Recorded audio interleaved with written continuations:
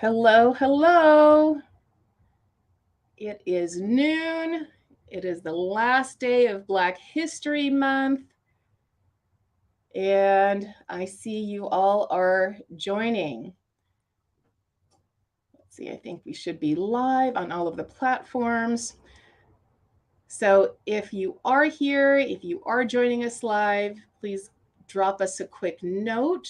Let me make sure that everything appears to be connected. Because I can't see you guys on LinkedIn, just letting you know, but you should be connected. So if you are on, feel free to drop us a note and let us know. Otherwise, you can always catch the recording if there's any reason that you couldn't connect. But welcome. I'm going to go ahead and get started because we have a really good conversation in store, and we're looking forward to having you guys be involved in it as well. So welcome. I see some comments from LinkedIn. Welcome, welcome. Okay, listening from Iowa, welcome. So as you're all joining and letting us know where you're joining from, I'm going to go ahead and get us started. My name is Asia Bribiesca-Hedin. I'm a leadership coach and trainer, and the way I like to articulate what I do is that I help accomplished professionals become influential, sought after, effective leaders without overworking, people pleasing, or selling their souls. Right? So that's me. And today I have the most amazing and distinct pleasure of welcoming Professor Max Bazerman from Harvard Business School to have this fantastic conversation. And I'll tell you, first of all, let me go ahead and introduce Max, which he prefers we call him, because his background is just absolutely incredible. But Max Bazerman is the Jesse Isidore Strauss Professor of Business Administration at the Harvard Business School. He's the author or co-author of 13 books, like so many, and a couple of those are on my list right now. But it includes Complicit, the book that actually prompted today's conversation, and that's Complicit, How We Enable the Unethical and How to Stop, which is absolutely captivating to begin with. But I think when we kind of overlay that on the conversation of discrimination and how we might inadvertently be proliferating and enabling discrimination, that idea just captivated me. And so let me finish telling you more about Max. But some of the other books he's written are Better Not Perfect. Again, another title on my list. Decision Leadership, which you guys know how much we like talking about the quality of your decision making. So a fantastic opportunity to dive deeper. Judgment and Managerial Decisions, and so many more. His work in business ethics has actually earned him several awards, including honorary doctorate from London Business School, Life Achievement Awards from the Aspen Institute, the International Association of Conflict Resolution. He was named Ethisphere's 100 Most Influential in Business Ethics. And the list goes on. He has Life Achievement Awards from the Academy of Management. And his consulting, his work kind of really spans the globe. I know you say 30 countries, Max, but I think there's pretty much no corner you haven't touched. So welcome, welcome, welcome. Thank you so much for being here. Thank you, Asia. I'm delighted to join you. Yes. So just to tell you all a little bit about how we met, you all know I went to USC. You can see some of the diplomas behind me. So I went there for my MBA and MPA degrees, and I go back as often as I can to campus for some of the fantastic events that we host there on campus. And one of the events was having, Max come and speak to alumni and student body about his new book, Complicit. And again, I was absolutely fascinated as he was breaking down some of the traps, as he calls them, that kind of put us in this place of inadvertently being complicit with some things we might even think are particularly objectionable. So, and like I said, last day of Black History Month, and he was kind enough to make time to connect with us today and really expand this conversation. But I got to know, because I'm so fascinated by the book itself and that whole perspective of exploring how we're inadvertently complicit and how we kind of overlook that. Well, what prompted you to write the book? Like, why did you think it was necessary? What prompted the book was clearly January 6, 2021, the insurrection at the Capitol. This was a stunning day for lots of us. And I was just struck by the fact that this event could ever come to fruition at the level that it did, threatening our country. And the more I thought about it, the more I became obsessed, not with Donald Trump, who we knew had a propensity toward white supremacy and authoritarian leadership, but by the people in the US government, people like Mitch McConnell and Lindsey Graham, who had been complicit in allowing Trump to have the power that he did and to have the following that he did and to stretch the laws of this country the way he did. So for me, that was sort of the enormous event that prompted me to start writing this book. And I quickly wrote a bunch of pages about the Trump administration. I quickly wrote a bunch about collaboration in Nazi Germany. And my friends around me basically pointed out to me that as a Harvard Business School professor, people really aren't looking for one more take on Trump or Adolf Hitler, but they do care about my views about a lot of the business scandals that we see around us. And as I dug into all of the named scandals that you would think about, whether you think of Madoff or Holmes or Purdue Pharmaceutical, I became fascinated by the fact that there are wrongdoers at the top, but these wrongdoers couldn't get away with their evil if it wasn't for dozens, if not hundreds of people around them who were complicit in allowing the bad events to unfold. So I became obsessed with the complicitors. And the more I studied it, the more I could see complicity in my own behavior. And I started to think that perhaps there's a broader audience that might want to reflect on their own potential complicity in events in the past, but more importantly, how to avoid complicity in events in the future.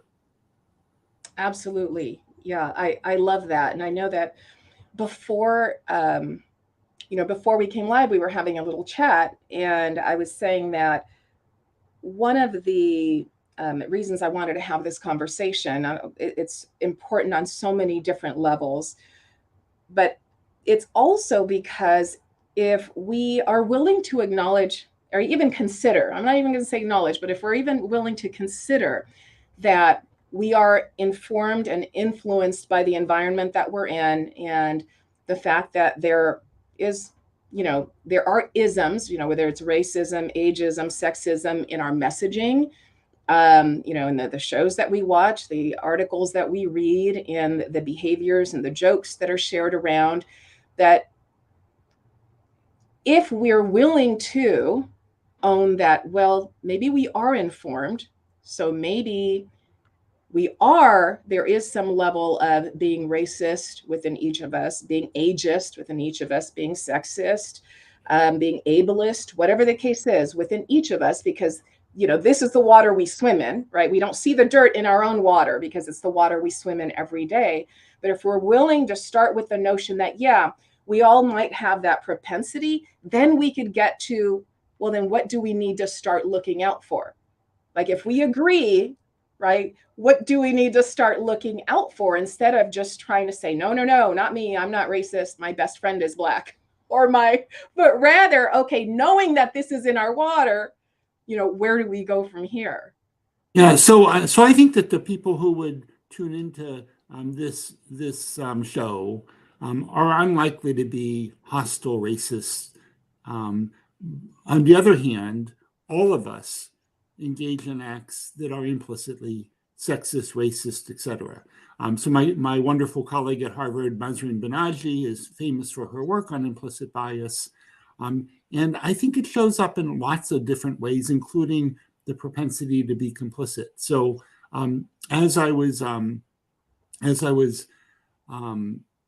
working on this book, I got kind of an annual email from a group called the Academy of Management Fellows. Now, this is a group of about 200 scholars who sort of treat themselves as an elite group.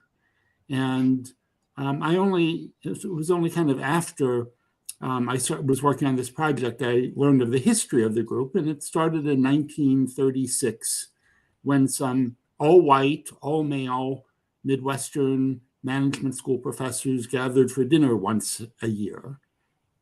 And out of this group came an association called the Academy of Management, which now has 18,000 members. But as it grew, the original group decided that there should be a group called the Fellows, a special group that had some kind of status. And eventually they have developed a bunch of rules about how the group would grow over time to replace people as they died and things like that. And in simple form, every member has the opportunity to nominate 0 or 1 new member each year. And then there's a voting procedure on whether or not that person gets admitted into membership. Well, when you start with white males from the Midwest and you allow people to nominate 0 or 1 other individual, and we know that people are more likely to think of and nominate other people who are like themselves, what you now get is an organization that has too many old white males who are more from the Midwest than any other location. So certainly the Academy of Management is an international organization, but you wouldn't know that by looking at the Fellows group, who tend to nominate in a very peculiar way. And, sort of armed with sort of thinking about the issue of complicity, a good friend and colleague of mine, Art Brief, and I created a letter which we ended up with about 28 co-signers to send to the organization and basically say, we think we need to relook at how we add members to this group that provides some prestige, and think about how we might be excluding people who are worthy of membership, but may simply not be that well connected to one of the existing members. So the group is not filled with hostile racists at all, but it is filled with people who think about who's my favorite doctoral student who isn't yet a member of this organization.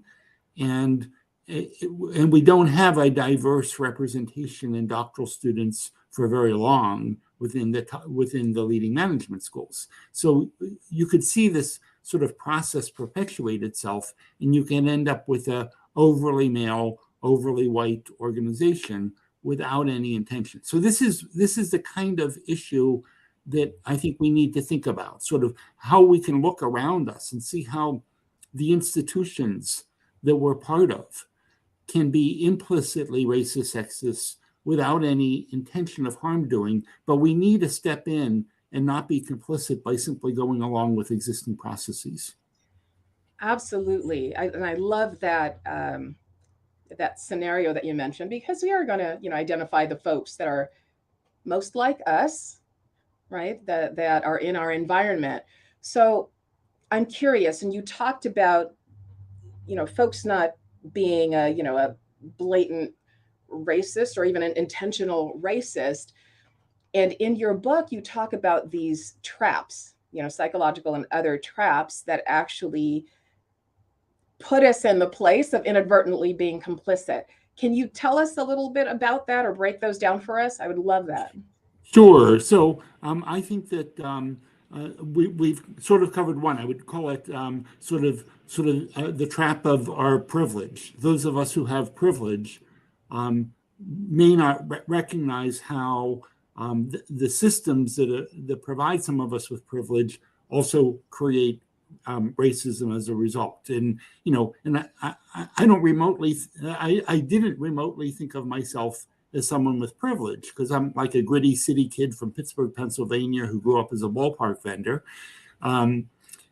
But when I think about the so many ways in which in fact I do have privilege by being a professor at a prestigious university and have lots of opportunities that other people don't get, I have privilege. And I think sort of seeing that helps me avoid being involved in ways that could end up being implicitly racist or sexist. But sometimes we trust other people, and when we trust other people to find us employees.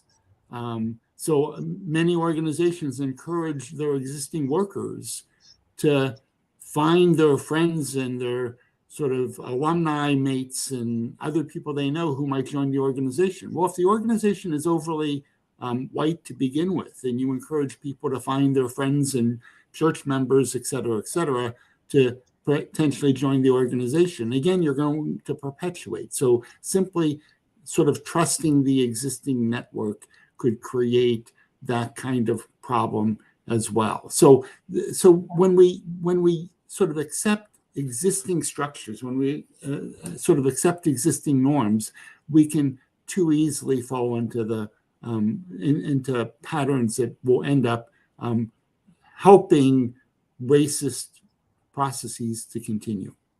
Yeah, and the fact that you mentioned that one, what immediately came to mind is, I know we're getting away from that conversation because we used to talk about culture fit, right? We used to talk about people fitting into the culture, and that was just kind of code for how similar are they to the people, how people are and think who are already here. I think that that's a terrific connection. So I think that you're right on target. At this point, when I hear people talk about fit with our organization, I cringe, because fit can just so easily mean, are you like us? When a for-profit organization doesn't exist to find other people like us. It existed to do its task. And if we cut ourselves off from a large percent of the population of potential employees, we're not helping our organization. We're finding people that we're more comfortable with, who we might be happier going to lunch with, but that's not the task. And that's simply one more path of potentially being implicitly racist when we think significantly about fit at the expense of other important attributes that we should be looking at as we're hiring people for our organization. Okay, yeah. Now, I know that there were several more. I interrupted you as you were walking us through them, but what else? Sometimes we accept unethical structures. So, for example, in the U.S., corporations have to be audited by independent audit firms, but the audit firms in the U.S. Have every incentive to please their customer. So, if the books aren't right, to tell the client your books aren't right means that they're likely to fire you and get a new auditor. We also allow audit firms to not only audit, but to provide other services like consulting services. So when you tell them that their books aren't right, you're potentially losing your consulting client as well. So when we accept existing structures, when we accept existing hiring processes, when graduate schools look to the top 10 universities for their graduate students and don't expand their search, they're basically perpetuating existing systems that may have bias in it that creates unfortunate outcomes for all of us. Yeah. When I first heard you say that, unfortunately, and again, you were talking at USC, and of course, the first thing that came to my mind are some of the scandals that have surfaced over the years at my alma mater. And while I love being a Trojan, I will always be proud to be a Trojan. And I also recognize that so many of those scandals could have been avoided were universities to move away from this concept of policing and overseeing themselves as though they are a separate entity, because of course, in whose interest is it to say, hey, these are the crimes that have been going on in our campus and what we're doing about them. It's like, well, we think that's fantastic. Nobody wants to say our, crime is rampant on our campus. Yeah. So there's been lots of scandals at universities, and one of the big ones that affects USC and it affects my institution is a variety of ways in which we accept favored admissions policies to children of alumni, to the children of faculty, to the children of donors. And one of the problems with that is for many of us, we're at universities where 30 years ago, the university was predominantly white.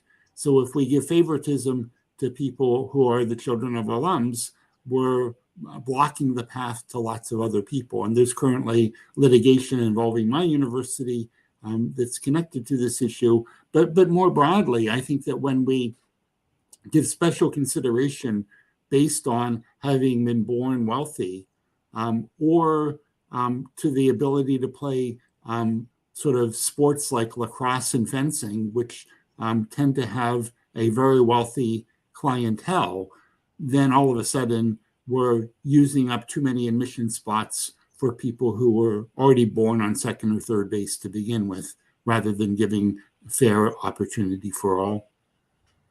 Yeah, thank you so much. And I got to say, again, talking about privilege, being a two-time alum of USC, for years I was like, okay, great, my kids are going to go there. And my kids did not go to USC. The one who did want to apply and go there did not get in. Obviously, because only a small percentage get in, and that was fine. But I really did have the expectation. It was so ingrained that I kind of assumed, oh no, it's fine. You're going to be a next generation Trojan, so you're going to get in. And no, they cleaned that right up. And I was not, in no way was I trying to harm anybody else or keep anybody else from having an opportunity. It was just kind of what was expected. Like, oh yeah, okay, you're going to be a second generation Trojan. Yeah. So, and from the perspective of a faculty member, sort of one of the things that happens every spring when it's admissions season is, friends of friends, friends of relatives end up showing up in Cambridge, Massachusetts. And all of us, I haven't seen this person in 15 years, but they show up and guess why? Well, their son or daughter happens to be 18 years old and they've applied to Harvard, and they think that somehow if I might know somebody who could be of help. And I clearly don't want to play that kind of role. I'm not implying that I have the power to do so to begin with. But if I did have the power to influence, I want to be aware that if I sort of help people who are like me, and if it's a relative, it's going to be somebody who's more like me, then I'm helping one group at the expense of another. Right. Yeah, absolutely. There's so much to watch out for. Honestly, there's so much to watch out for and be vigilant. And you even talked about privilege and about not thinking, how am I privileged, right? And I love how, I don't remember, I wish I remember the gentleman's name, but I actually read this on LinkedIn, and the way that he broke down what privilege is, and that he just broke it down as privilege being something that you get to not worry about. Privilege is something you don't have to worry about. Like, you don't have to worry about, whether people are going to assume you are not articulate when you walk in a room, because you're Black. Mm-hmm. Or they're going to assume, that you have more education than you do because you're white, or they're going to, or, if you're walking down the street and you're a man, you might have the privilege of not looking over your shoulder when you hear somebody coming. But oftentimes as a woman, you might not necessarily feel you have that privilege. And I just thought that was such a fantastic way to introduce that, or to break that down. Absolutely. And, as a professor, I've written a lot, I speak a lot, but I wouldn't say I'm all that careful with my words. But I think that given my status as a Harvard professor, people give me the benefit of the doubt. I also have the privilege of having an amazing editor named Katie Shank, who edits my books. So whatever weaknesses exist in my writing don't show up, because my editor basically does a good job of covering for that. So for somebody who didn't resonate with the word privilege, it's stunning to think about the many ways in which I'm privileged. Yeah. And again, it's not that it's a bad word either. And I think that's the the challenge, kind of like the word, racist. It's like, if we agree that we all have racist notions, then we can get past whether we should be flailing the word at people, and instead looking at how might we be proliferating this? How might we be contributing to this and making matters worse? Yeah, so in what I try to do in the book, Complicit, is to highlight that we're all complicit. And part of the way I do that is that there are three stories about my complicity. And by talking about my own complicity, it makes it clear that I'm not implying that good people aren't complicit and bad people are complicit, rather that we've all been complicit at some point in our life, and most of us would rather not be complicit into the future. Absolutely. Yeah, absolutely. I'm like, I know this is not the same thing, but I was thinking yesterday, well, if I'm going to be an a-hole, I want to be an a-hole on purpose, not an accident. So this is one of those opportunities to not do things, on accident. Let's see. And I know that there are a lot of great comments in the chat, and please do drop your questions in the chat. We'll make sure that we have a few minutes to bring your questions up to the top. Now, you mentioned you shared stories about how you were complicit, to show that, it's just part of being human. So are you willing to share one of those stories with us?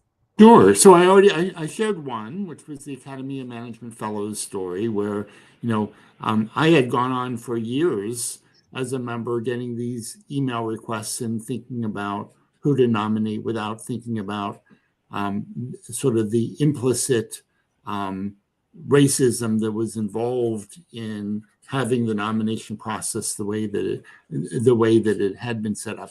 There was also a time when I was giving a talk at Stanford, and my host was a very famous social psychologist by the name of Lee Ross. And Lee Ross at the time had a doctoral student who just graduated and took a job in a business school. Now, Lee Ross was a psychology professor. And in the US, business school professors get paid substantially more than psychology professors. What Lee was obsessed by was that he was probably one of the 10 most famous psychologists in the world, and his newly minted doctoral student got a job in a business school that paid more than Lee was making at the time. And I happened to show up on campus to give a talk on social comparison processes.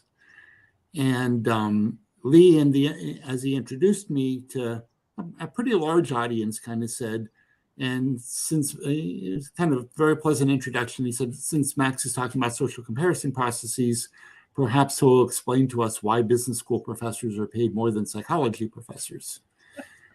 And this theme continued a couple more times during the talk, and I clearly didn't answer his question all that well. And that evening after my talk, we were in a smaller gathering as kind of a follow-up research session. And finally, he kind of banged his hand on the table and he said to me, Max, what's really annoying me isn't that you get paid better. It's that it's not even bothering you that you get paid better.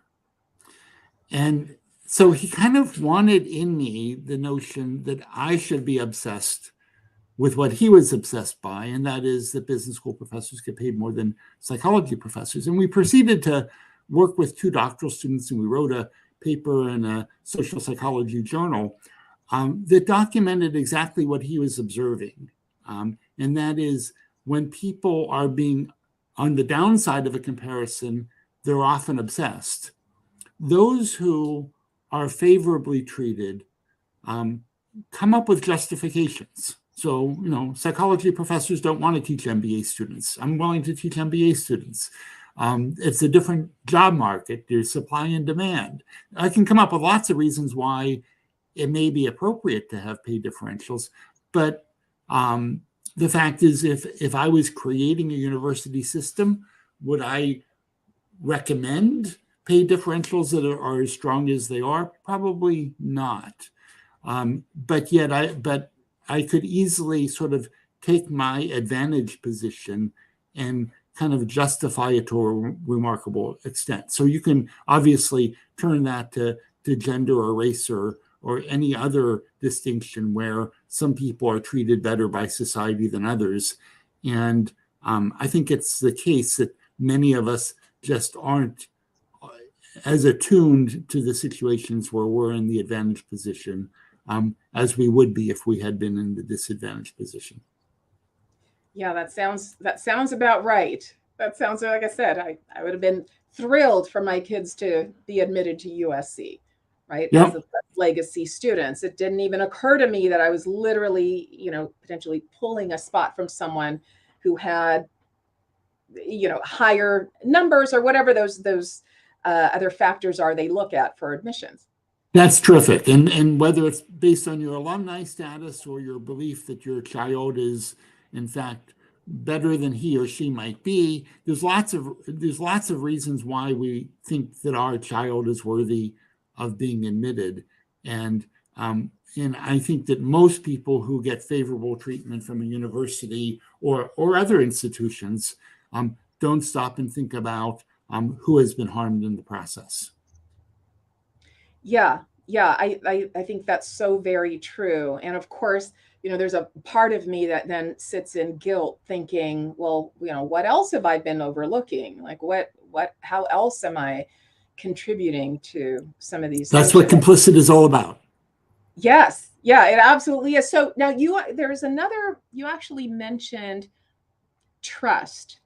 Yeah. Sometimes that's one of the traps. So I'd love you to tell us a little bit about that trap. Sure. So I'll tell you the story that's in the book.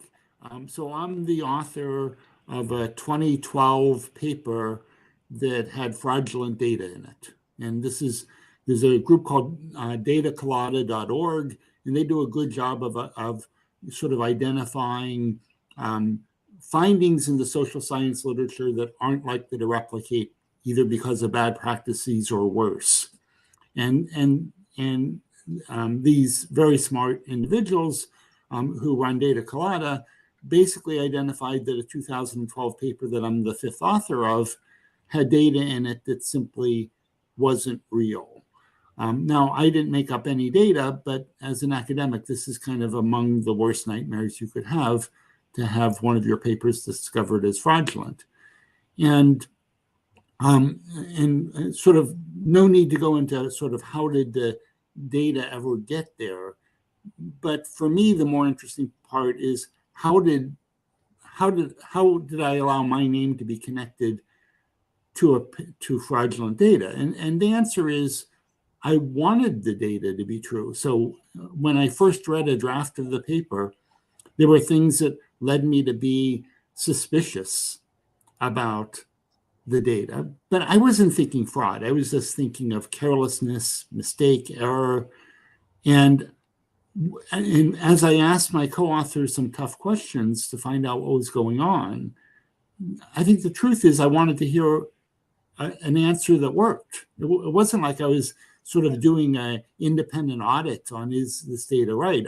It was more like I saw things that bothered me, but I was happy to hear sort of information that allowed me to continue with the belief that the effect was real. And it was an effect that became quite well known. Some of your listeners may have actually heard this. So the 2012 paper basically argues that if you sign a document before you fill it out saying that you're going to tell the truth, you're more likely to be honest than if you first fill out the form and then sign at the bottom. And so it's a very nice effect. And you could think about how governments could so easily use this to get better data. It just doesn't happen to be the case, but my name is on a paper that suggested that it was. And my name's also on a paper in 2020 that basically refuted the initial paper and suggested that this was a non-replicable effect. But it wasn't ill will that allowed my name to be on the fraudulent paper. It was trust in the work of other people. Okay, thank you so much for sharing that. I can imagine so many times that try to fit more than 24 hours in a day, and in trying to get better at delegating. I'm certainly not going to look over everything as thoroughly as I could. And you can't, but the question is, do you at times want to verify certain important things? And the answer might be yes in some occasions. Yeah, absolutely. So let me see. Now, I think I know we're getting short on time, but did we cover all of the traps? I feel like we might still be. I think we covered most of them. Yeah. Okay, fantastic. So here is where I would love to hear, and before we get to the questions, and that is, what are some of the questions that we need to be asking ourselves? Like, how there's so many different ways we can fall into these traps. And again, no harm, no malice intended. And in particular, with the folks joining us today, most are leaders within their organizations. What kind of questions can they be asking themselves? What do they need to be looking out for? Of course, read the book, you guys. That goes without saying. And Max goes further into that there. But if you can just get us started now, what might that look like? Yeah, I think you want to ask, what's wrong with your organization? Sort of just asking that question can be enormously helpful. Ask yourself, who's the person you want to be moving forward? When do you want to let things go as they are, and when do you want to speak up? So I think that we can all be more courageous if we have a plan to be courageous in advance of an event sort of happening. Think ahead to when you're toward the end of your career, and think about who's the person you want to look back at as the person you've been over the last few decades, and now go live up to that kind of standard. Think about sort of what opportunities that you have in your career to create a more just and fair world. And just think about how you can create more value. And sometimes the answer isn't to do something heroic on the positive side, but to keep something bad from happening on the negative side. Oh, I love that. I love that. So now, I know that one of the things that pops into people's heads about doing the right thing, right? I like to say a value isn't a value until it's challenged, right? Because that's the only time you see whether it's truly a value or just an opinion. And we're all overflowing with opinions, but maybe less so with core heartfelt values. So for those who are worried about giving up privilege, which is kind of a big part of that equation, right? If that imbalance we see is because we're getting something more than someone else, or whatever the case is, but what would you say to someone who's afraid of kind of relinquishing privilege, or the implications of that? There's rewards for leading a more just life, and maybe you get more privilege by being willing to give up your privilege. Okay. Oh, I certainly hope so, and I hope that falls on all of the right ears. So let me see. I know we have a few questions in the chat. And I also wanted to go back to a couple of comments as we were talking. And I know we talked about the old notion of looking at culture fit and how we move away from that. And yes, Anita Ortiz, I absolutely love that. I like to advocate for culture add rather than culture fit. Nice. Absolutely. I like it. Yeah, me too. That's fantastic. And let's see. Yeah, and the other side, and I see this, Walter, you're saying fit is not intrinsically a bad paradigm. It's bad when fit is measured by criteria such as race, color, gender. Well, I'm going to challenge you just a little bit, Walter. I'm going to challenge you just a little bit.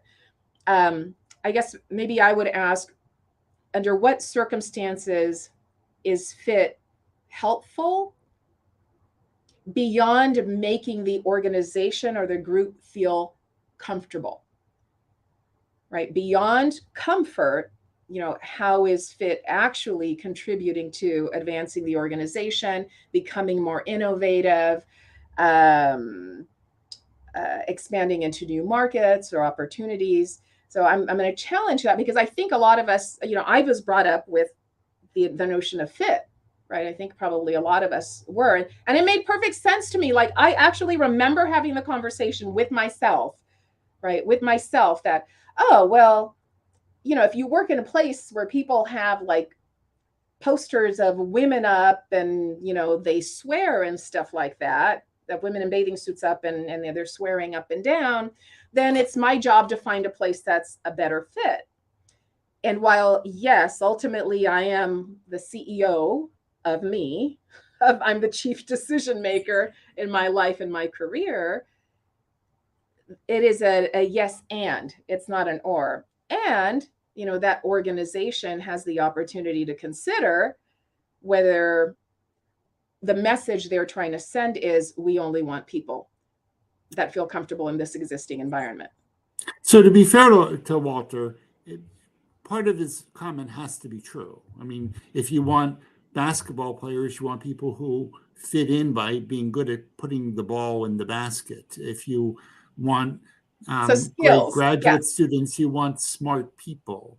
But I think the problem comes in when we use fit without even talking about what do we mean, where implicitly too often it has to do with race, gender, ways of behaving that end up being discriminatory without intention. So undoubtedly, we want people who fit on job relevant criteria, but we don't want to allow others to talk about fit without talking about what it is that they're talking about. And I'd rather somebody on the admissions committee for a graduate program at Harvard talk about, we want smart people rather than we want people who fit.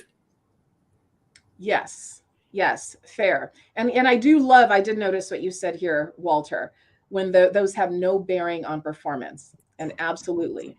But I can only wonder when comfort is part of performance, how that comes into play. And I know it gets dicey. It's hard to, keep them distinguished, which is why I'm such an advocate for job descriptions being really clear about what skills are required versus throwing in the kitchen sink, because then it takes the onus off of the hiring manager from actually articulating the required skills. So let me see what else is in here. Oh, I like this question about fit. Maybe a values principles fit. I don't know. It depends. Yeah, I would need Abby to elaborate on that question. So maybe she'll send us more. But so I'm not quite sure what to do with that question or comment. Okay. And then somebody is asking about whether the book addresses the business case for diversity. Oh, that's absolutely. Okay. Yeah, so definitely check it out. Yeah. So I mean, just in simple form, anytime you're going to cut off a segment of the population from potential promotion or position, you're harming the organization. So I think it's a fairly straightforward argument on why we want to provide equal opportunity for all. Yeah, absolutely. And let's see. And your questions keep on coming in. Yeah, and I know there are questions about values alignment. I see that, Sarah. Yeah, again, I think we need to know what we mean by value alignment. So I would like the values to be defined that we want people to be in alignment with. I don't want an ambiguous notion of the values of the organization without people talking about what they are, because that's, I think, exactly what can lead us to search for other people who are like us without a true basis for it. So if you're going to talk about values alignment, let's be very specific about those values. Fantastic.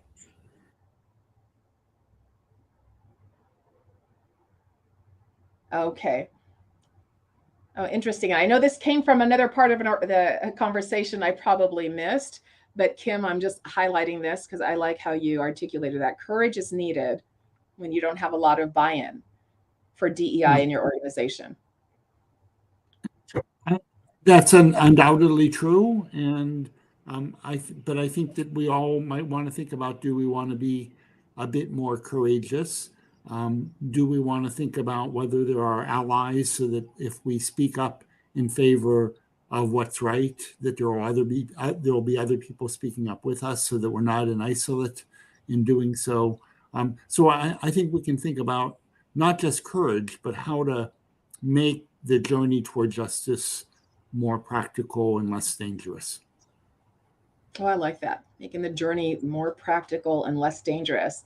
Yeah, that has me think that, one of the things I say, a big part of my group program that I run is creating a strategic plan for your career, because I think that in the absence of a strategic plan, and like you said earlier, making decisions in advance, right, with your prefrontal cortex, but not as a reaction, that making decisions in advance, you're going to make better decisions when it's not as a result of a reaction. And so I think everybody needs to have a strategic plan for your careers. Again, you guys, I'm talking to you. If you can read this or see this or hear this, you need a strategic plan for your career. And the only thing more important than knowing where you fit in your organization's strategic plan is knowing where they fit into yours, period. That's the only thing more important. But the reason I say that is because when you have a strategic plan for your career, you know where that organization or job fits into your career. And when they start going down a slippery slope, you can then distinguish, right, when you need to kind of like grab that transfer and get on a different bus, right? When they've started to go in a direction that goes against, who you are and where you were intending to go with your leadership, with your contribution, with your growth, with your brilliance. I think I understand. One of the things I think, Max, that comes up often is that people are like, yeah, but we got to pay the bills. And I'm like, yes. Yeah, and I don't expect everybody to stand up in all circumstances. There are lots of small issues that just aren't the right opportunity. But I think that if we're more deliberative, and if we consider when we could have an influence and when we could reduce our complicity, and how, that we can be more effective. Yes. Yeah, absolutely. Oh, just being more effective. I think that's the bottom line. And I really do think being effective is the result of high quality decision making, which is I spend so much time talking about decision making. And I know that that's where a lot of the work that you do comes in as well. Just making better quality decisions, making decisions in advance, which is actually partially what values are. They're decisions in advance about who you're going to be or how you're going to be.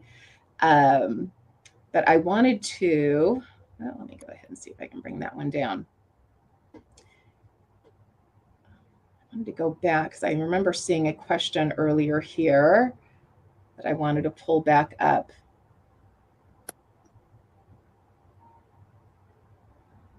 Okay, I think I lost it. Sorry, you guys. Didn't mean to bring the conversation to a halt. And here we go. Here's a question from Marnie. Marnie asks, for me, it's a service mentality. How will you respond to staff, colleagues, and our patients?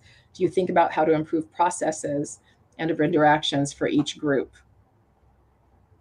So it sounds like was that partially a question and partially sharing how you guys do it, Marnie? Wanted to see if we could address that, but definitely if you have any thoughts about that. She said, do you think about how to improve processes and of interactions for each group?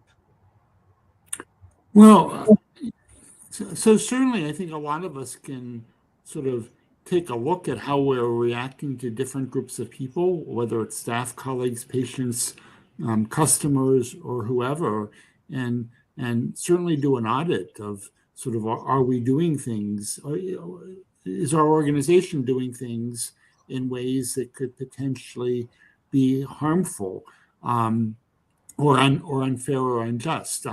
So one of my favorite examples is my colleague Mike Luca and others have studied Airbnb, and I'm sure that you're all kind of aware of Airbnb, of an alternative to staying in hotels. You rent someone else's home or apartment or whatever.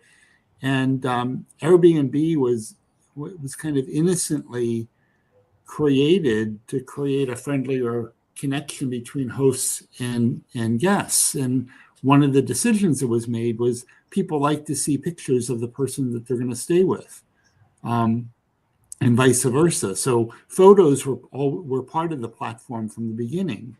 Well, what my colleagues discovered, sort of unbeknownst to the founders of Airbnb, was that a good percent of the hosts were racist and didn't want Black people staying in their home.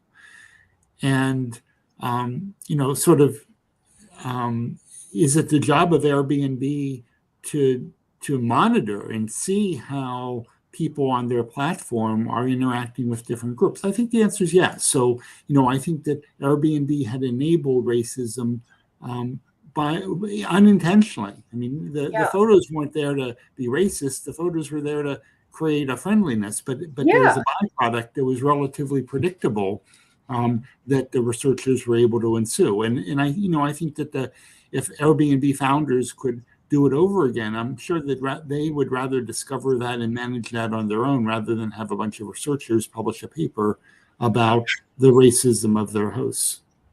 Yes. Yeah, absolutely. And it's funny, I had not given that any thought. I've used Airbnb, all over the country and, several different countries, and have always had a great experience. But I can absolutely see, I mean, if we make decisions based on assumed backgrounds on resumes and assumed, culture on resumes, of course, we're going to make decisions based on those photos.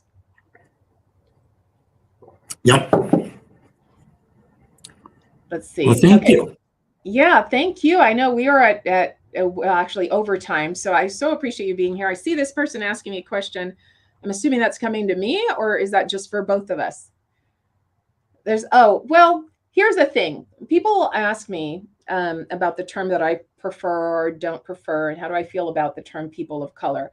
I personally don't have a problem with it. I actually like it, and I use it regularly. But I also use Black. I'm Afro-Cuban. I was born in Cuba, that clearly of African descent. So I'm Afro-Cuban American. People call me African American, and that's fine too. I don't have a problem with it. But see, the biggest disservice we can do to one another is to assume that because you heard one person's preference, that it can be extrapolated to everybody else's preference, right? So what you're doing right now, Kim, with asking is beautiful. Like, that is the thing we want to do. You want to know that I am a living, breathing human being. And in particular, as leaders, right, we want to extrapolate, one person's decisions, drivers or motives or preferences or values to another. Rather, you actually want to dive in and get to know the person and understand what's important there. So thank you for asking that question. Absolutely. Thank you. Again, terrific answer. Okay, well, thank you. Thank you so much. So, we're going to, I hate to say goodbye, but we have to say goodbye for now. Thank you for inviting me onto your show. Appreciate it. Thank you so much. Thank you for joining us, Max. And thank you, everyone, for being here, for your comments, for your engagement. This is a fantastic conversation, and we're going to have to do this again soon. And also, if we can share, because Max, how can we best stay connected with you? Sure. So I've written a fair number of books recently, including Complicit, Decision Leadership, Better Not Perfect. Through your local bookstore or any of the online retailers, it's easy to find my work. Okay, great. Now, I'm not suggesting you guys are going to write down this link, but I just want you to know I put it in the chat so you can grab it there. Thank you, Ozzy. I appreciate it. Thank you so much. Thank you for being with us. Bye, everyone. Bye-bye.